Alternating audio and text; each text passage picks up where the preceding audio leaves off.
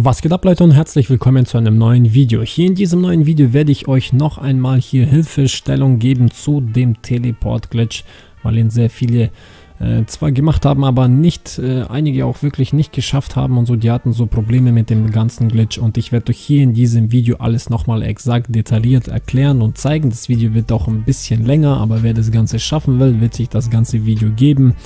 Und es muss halt so sein, dass ich euch eigentlich alles zeige und ich hoffe, ihr werdet es dann auch schaffen. Leider ist das Ganze nur für die PS4 Leute machbar, nicht für die Xbox One. Wie immer, wirklich ganzes Video anschauen bis zum Ende, dann werdet ihr den Glitch auch checken.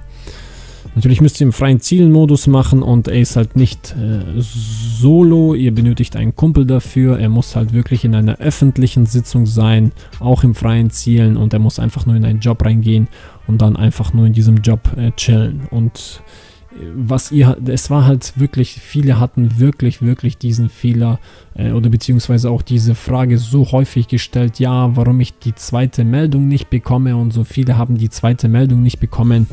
Und ich habe das eigentlich auch, glaube ich, irgendwo reingeschrieben, dass das daran liegt. Ich habe das aber auch im Video davor gesagt, weil eigentlich haben wir diese Aktivitäten zwar noch da, aber die schwarze Meldung kommt halt im Online-Modus nicht. Ja, deswegen brauchen wir eigentlich auch, ich zeige euch hier über die PS-Taste. Apropos, man kann mit diesem Glitch echt sehr viele Sachen machen.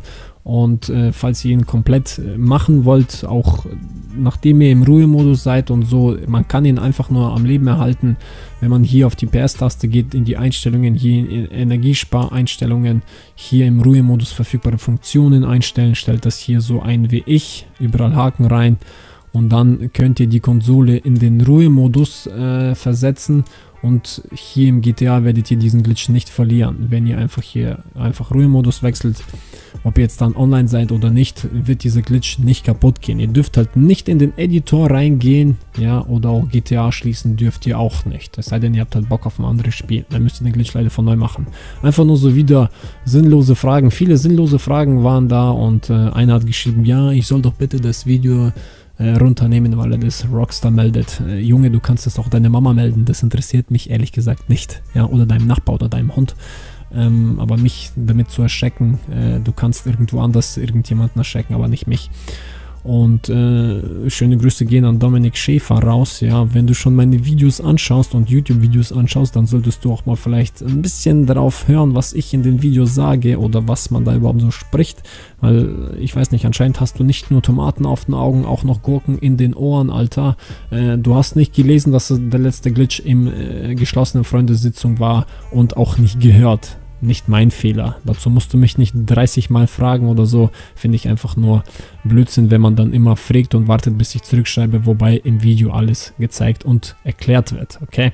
So, das Video wird auch hier ein bisschen länger, sorry dafür, aber ich erkläre es halt detailliert, und man kann halt echt scheiße viel mit dem machen. Man kann sich von A nach B teleportieren sehr schnell, und man kann sehr schnell die Missionen machen, die Vorbereitungen, man kann auch den Dupe-Glitch machen, man kann den Giftcast to Friends damit schneller machen, alles geht schneller.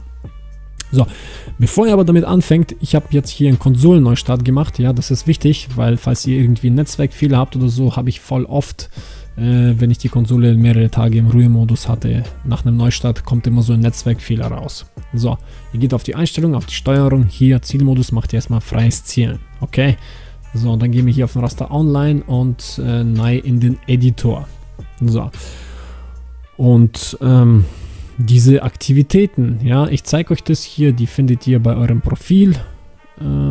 Ganz unten ist hier neueste Aktivitäten, deswegen geht es nicht auf der PS4, eigentlich auch nicht bei uns machbar, aber viele haben halt das falsch gemacht oder falsch verstanden. Ich habe es zwar gesagt, die Aktivitäten sind bei uns zwar da, aber die schwarze Meldung kommt halt nicht, und man muss immer, ja, Frage kam 30.000 Mal vor, bekomm die zweite Meldung nicht. Das heißt, du warst nicht im Capture drin und hast es nicht getestet. Capture und Rennen müsst ihr nur jeweils ein einziges Mal erstellen. Wenn ich jetzt hier X drücke, ja, wird diese schwarze große Meldung nicht kommen. Ja, deswegen müsst ihr immer, falls ihr den Glitch verkackt habt, immer zuerst ins Capture rein zum Test, und dann könnt ihr ins Rennen rein und den Glitch machen. Ja, der ist halt nicht solo, wie gesagt, Kumpel braucht ja halt seinen Part, blende ich auch noch rechts oben ein. So, wir stellen das Ganze hier noch einmal gemeinsam, ja. Ich habe zwar schon die Capture-Mission gemacht und das Rennen. Wir gehen hier auf Kreation laden, gespeichert, beziehungsweise ich lösche es jetzt selber hier, einfach mal entfernen. Viereck weg damit und wir erstellen neu zuerst ein Capture. Hier erstelle ein Capture, GTA. Mega einfach. Nur das Wichtigste kommt dort, der Timing-Part kommt später. Capture erstellen, Titel, einfach von mir aus Capture. So, Beschreibung ist auch vollkommen egal, könnt ihr auch Capture hinschreiben oder cool oder bla bla bla, chatten, was ich oder auch alles hatte, mein Gott. Foto, einfach Foto schießen, fertig, zurück. Hier Team-Details, dann Zielpunktzahl 1 und 1. Also ich glaube, ich muss hier niemandem erklären, was hier zu tun ist mit X und Kreis. Also ich glaube, dann solltet ihr lieber Fortnite spielen oder so. Zurück. Hier gehen wir wieder raus auf die Platzierungen. Platzieren einfach hier einen Auslöser. So, wieder raus. Lobbykamera, einfach wieder rechts unten steht eigentlich alles, was man machen muss. Ja, da muss ich das nicht erwähnen. So, Fotoschießen. Okay, wieder raus. Team-Startpunkte von Team 1 einfach 4 Punkte platzieren. Einfach irgendwo hin, nichts Wichtiges. Pfeiltaste nach rechts. So, hier 4 Punkte auch von Team 2. Fertig. So, kann man rausgehen wieder. Ablieferbereich von Team 1 und mit Pfeiltaste nach rechts von Team 2. Fertig. Wieder rausgehen. Capture-Fahrzeuge braucht man einfach 10 Stück. Irgendwelche hier 10 platzieren. Rechts unten habe ich den Countdown erledigt. Kann man auch wieder rausgehen. Jetzt speichern wir das Ganze. Fertig. Das muss ich nicht nochmal erstellen. Und beim Rennen gilt es genauso. Aber falls ihr die zweite Meldung nicht bekommt, müsst ihr immer hier zum Testen. Ja? Wenn ich jetzt Doppel-PSN mache, geht online starten, keine Meldung.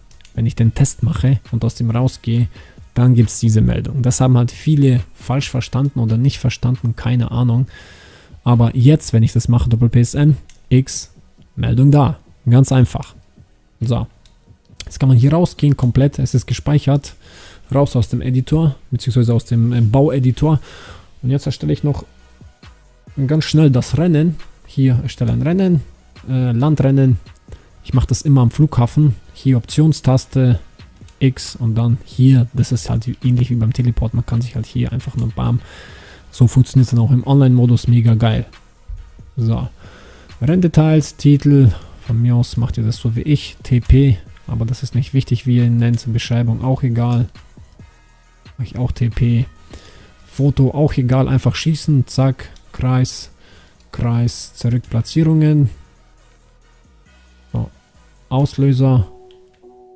Einfach irgendwo hier platzieren. Dann Lobbykamera auch irgendein Foto. Zurück. Kontrollpunkte. Wir brauchen einfach nur einen einzigen Kontrollpunkt. Einfach so hier. Zack. Passt.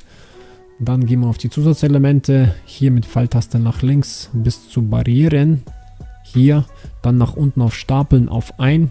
Und mit L1 oder R1 könnt ihr die Barriere drehen. Dann platziert ihr mit X einfach nur 50 Stück. Mega einfach. Rechts unten habt ihr den Countdown. Könnt ihr sehen. So. Einfach 50 Stück platzieren.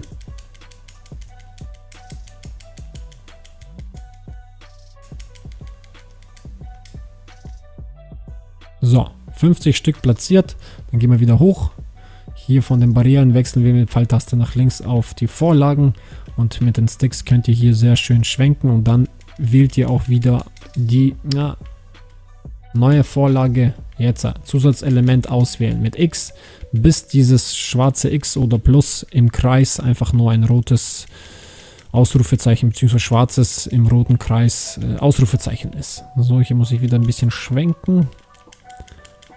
Einfach alle die hier auswählen, die ihr platziert habt. Jetzt, da ist das Ausrufezeichen, wunderbar. Vorlage speichern, T, P von mir aus auch, egal wie nennen. Kreis, zurück, zurück, zurück, nochmal zurück, speichern.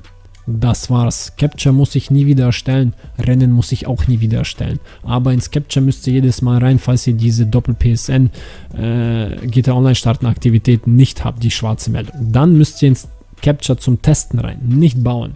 So, Kreation laden, gespeichert. Capture brauche ich nicht, weil die Meldung ist da, perfekt. Kann ich also gleich ins Rennen. Jetzt passt auf. Kumpelpart. Jetzt rechts oben sein Part. Er ist in einer öffentlichen Sitzung, auch in dem gleichen freien Zielmodus wie ihr. Er geht einfach über die Optionstaste, Starttaste auf den Raster Online, Jobs, Jobspielen von Rockstar erstellt, Missionen, ein Job für einen Titan und da drin bleibt er einfach und chillt einfach, bis ihr fertig seid. Jetzt schwenkt ihr hier in den gelben Kreis rein, okay, drückt die Touchpad-Taste, so, Pfeiltaste nach unten, Rennoptionen, hier Platzierungen, Zusatzelemente und hier diesen Cursor, ja, den setzt ihr einfach hier so in das Auto rein. So. So, dann gehen wir hier mit Pfeiltaste nach links, komplett rüber, bis auf die Vorlagen. Okay. Hier, das haben halt sehr viele bestimmt voll verkackt und zu 99% kommt es hier auf das Timing an. Zwischen der L2-Taste für Rückwärtsgang und der Start-Optionstaste. Das ist die hier. Seht ihr, da kommt die Map raus. Wenn ihr hier das Timing falsch hättet, deswegen mache ich das immer so mit der Vorlage und mit dem Auto, weil wenn ich jetzt Gas drücke, spawnt dieser Charakter in der Mitte. Er spawnt zuerst immer auf der Asphaltebene und dann geht er hoch und wird auf der Motorhaube vom Auto kurz stehen. Und da, wenn er auf der Haube steht, ist das perfekte Timing. Weil wenn die Füße komplett im Auto drin sind, schlechtes Timing. Das ist so, dieser Zeitabstand zwischen diesen beiden Tasten ist hier wirklich entscheidend, okay? Ich zeige euch das, ich demonstriere euch das jetzt nur. Ich mache nur Gas und dann werdet ihr sehen, der wird einfach nur so kurz von Boden auf Auto drauf jumpen. Zack. Habt ihr das? Das ist eigentlich so schnell. Und ihr müsst kurz bevor rechts unten dieser verdammte Ladevorgang kommt, müsst ihr dort die Optionstaste loslassen. Das garantiert euch, dass ihr zu 99% den Glitch schon schafft, okay? Der 1% ist dann mit den Meldungen. Das ist aber auch voll einfach. So. Touchpad. Ich mache es jetzt einmal vor. Pfeiltaste nach unten, Optionen, Platzierungen, Zusatzelemente. Ich platziere den hier wieder so, dass der Spieler dann hier auf der Motorhaube spawnt, beziehungsweise hoffe ich, dass er da drauf so spawnt, dass ich das dann die Optionstaste loslasse. Ich drücke und halte die Optionstaste jetzt gedrückt. So, schnippe L2 schnell an und lass dann los. Nicht geschafft. Seht ihr, ich habe Optionstaste zu spät losgelassen. Dann kam schon rechts unten Ladevorgang. So gesehen muss man halt die Optionstaste dann loslassen, kurz bevor der Ladevorgang da ist. Das ist das perfekte Timing. Nochmal. So, ihr könnt hier so oft probieren, wie ihr wollt. Zack. Nochmal. Ein bisschen weiter vor. So. Ich versuche es nochmal. Ja, sieht schon gut aus. Ja, der steht schon eigentlich ganz gut. Ja, auch mit dem rechten Schuh von ihm sehe ich ihn. Seht ihr den in der Mitte auf der Motorhaube draufstehen? Das ist so das perfekte Timing, sage ich mal. Okay. Und das hier auch das nächste. Hier diese weiße Ladeschnecke. Mit L1 und R1 könnt ihr hier die so rausprovozieren. Ja. Dazu gleich mehr zu diesem Tipp. Also, jetzt macht ihr die Doppel-PSN-Taste, ja, geht er online starten mit X. Diese Meldung kommt jetzt zwar nicht, aber dann, wenn ihr eurem Kumpel, der in der Party ist, in dieser Mission, wenn ihr ihm dann joint, nachdem ihr seine Meldung nach knapp einer Sekunde sofort ihr sie angenommen habt, ja, dann müsst ihr die zweite Meldung nach 6 Sekunden ablehnen, die große schwarze Meldungen, ja. Passt auf, wir machen es einfach mal gemeinsam. Geht er online starten, das habe ich schon gemacht, genau, ich kann es zusätzlich nochmal machen, das spielt eigentlich keine Rolle, die Meldung kommt eh nur einmal. Jetzt PS-Taste, Party, bin ich hier noch in der Party drin? Nein, ist mein Hauptcharakter hier, ja genau, der ist sogar noch hier drin in der Party. So, oh, ultra verspannt.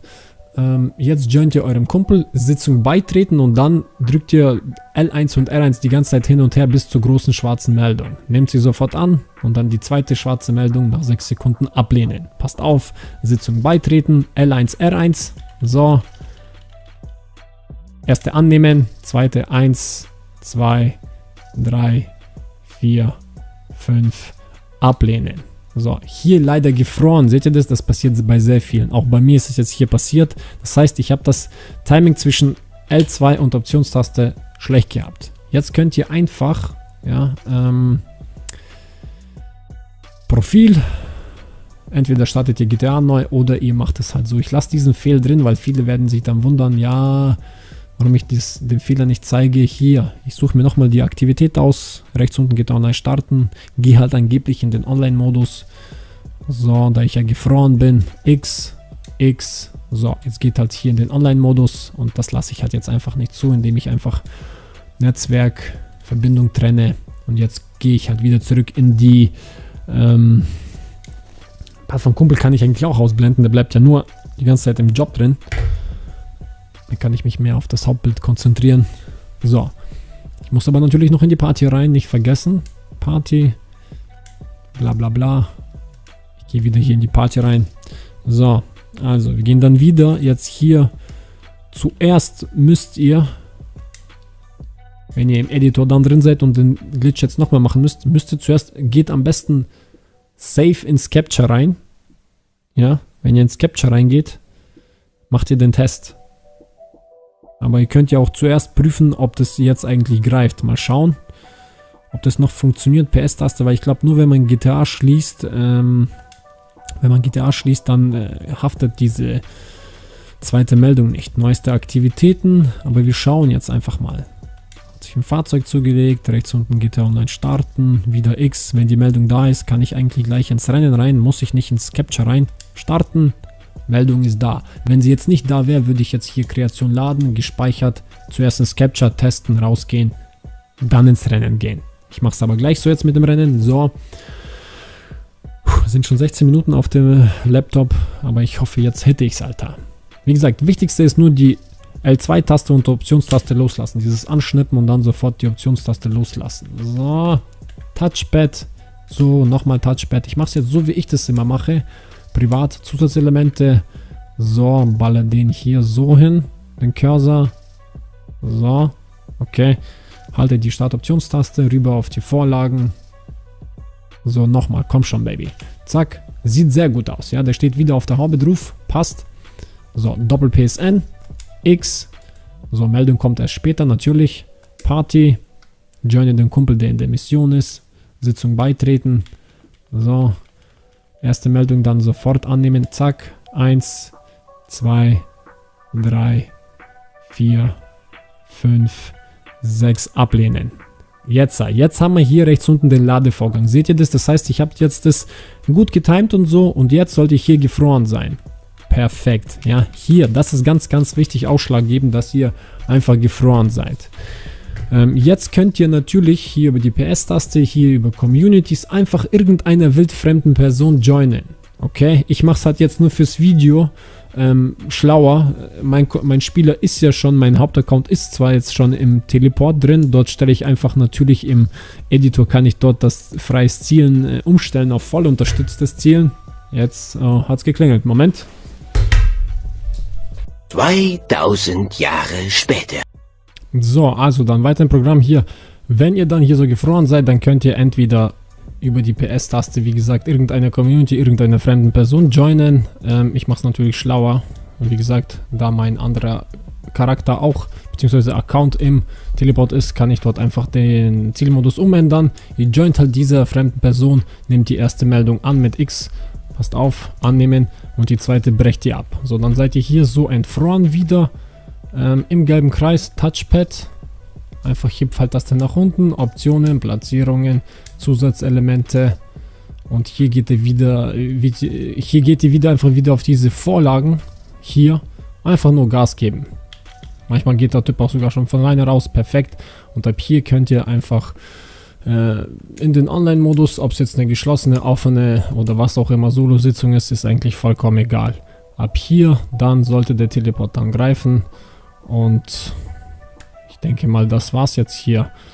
Wie gesagt, wenn ihr dann in den Ruhemodus geht, sollte er dann noch funktionieren, schließt GTA nicht und geht nicht mehr zurück in den Editor. So, wir testen das jetzt hier noch kurz.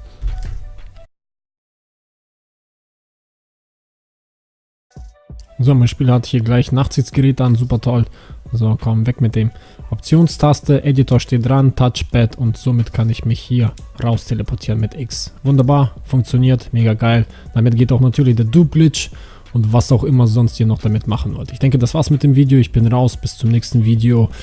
Peace.